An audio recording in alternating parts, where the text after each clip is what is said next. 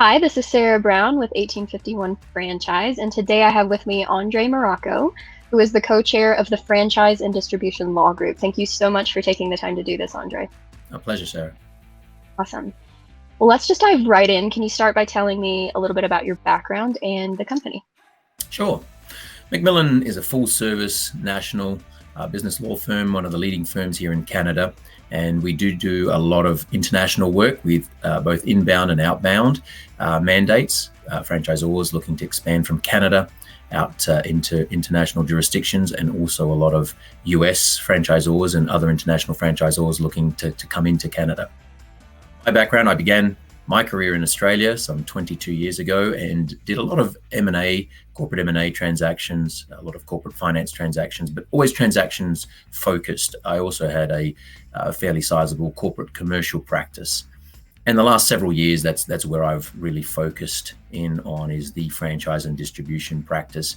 It's something that is very international in my practice, and I've always had that international and transaction focused practice. Awesome. Okay, so how did you end up specializing in franchise law, and what drew you to the field? Yeah, that's an interesting question. So I was working with one of the senior lawyers in the space several years ago, and we sort of brought our practices together. I had more of the corporate M&A, corporate finance practice, and he had done franchising for a number of years, and so it was a good fit. And I'd done some franchising corporate commercial work, so the fit was good, and we sort of built that practice. I was able to bring to bear my my sort of larger transaction experience into the franchise space in advising clients, and also preparing documentation that was somewhat more robust than maybe have been used in the past. So it was great. And then obviously our niche area there was franchise related mergers and acquisitions, where both the M&A practice and the franchise distribution practice merge. Perfect. Okay, so what do you think is the biggest legal hurdle facing the franchising industry in 2021 and 2022? I think uncertainty has been the thing plaguing the industry or the sector. You can imagine things like Item 19, financial performance representations or earnings projections here in Canada. Very hard for franchisors to craft them in a time with such uncertainty and open close of locations and stop starts, pandemic regulations. I think all of these things are really making it hard for franchisors to include relevant information, pertinent information, and even comply with the laws in preparing their franchise disclosure documents and their agreements to some extent. I know there's also other issues like staffing shortages and supply chain interruptions. All of these things really revolve around that key concept of uncertainty. And I think that's what really is a challenge for franchisors in this period. Yep, it's been one heck of a year. Okay, so what is the most common mistake you see franchise brands making from a legal perspective? Yeah, that's a good question. I think what comes to mind is taking the time to get the details right. And we often see franchisors are very passionate about their business and their concept and their brand and the expansion that might be happening. But it really is important for them, not only at the outset, to really dig down and look at the key terms of the franchise agreement and understand how they work and how they should work, but also to periodically revisit them as they grow from 5 to 10 to 20 to 50 units. There needs to be some readjustment at times to better suit the system.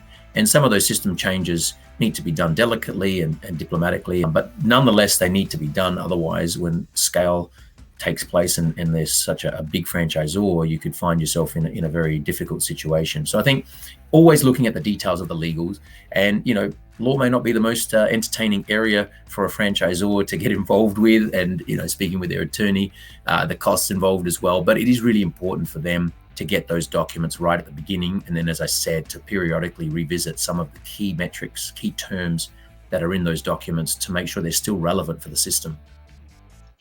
Awesome, good advice. So what do you love about working with franchises specifically? The entrepreneurial buzz is something that I find extraordinary. Franchisors seem really passionate about their brand and their concept, and to spread the good word about their system. And I think that's just really contagious, and something that I like seeing as external legal counsel. The other other thing I would say about, or the other point I'd make, is the international possibilities. The infrastructure, the support, the conferences, the accessibility to experts in the field really does make it possible for franchisors to expand their business internationally, unlike perhaps an independent business on its own. So I think just the community around the franchise world and space allows international expansion to be a real possibility. And I enjoy that. And as I said, was one of my main areas of practice and has been. And then just the community and culture is another point I'd make. With good brands, they've got fantastic relationships with their franchisees, and it's a network of independent contractors, independent business owners, but they all come together for a common cause, and it's just amazing to see that network operating together. Awesome.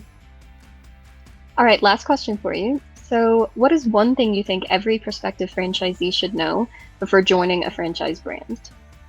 Yeah, that's another good question. Knowing the key terms of what you're getting into is important. It's a long-term relationship, and you really have to understand in different iterations, not just when you're starting out, but imagine once you're operating, and then once you get to some degree of scale, what are the key terms and how will they impact my business? I think that's a really important one, very obvious one. And also to know your franchisor well. How does the franchisor interact with their franchisees? How have they done so in the past? What are they telling you? Learn as much as you can from some of the key officers and representatives of the franchisor brand.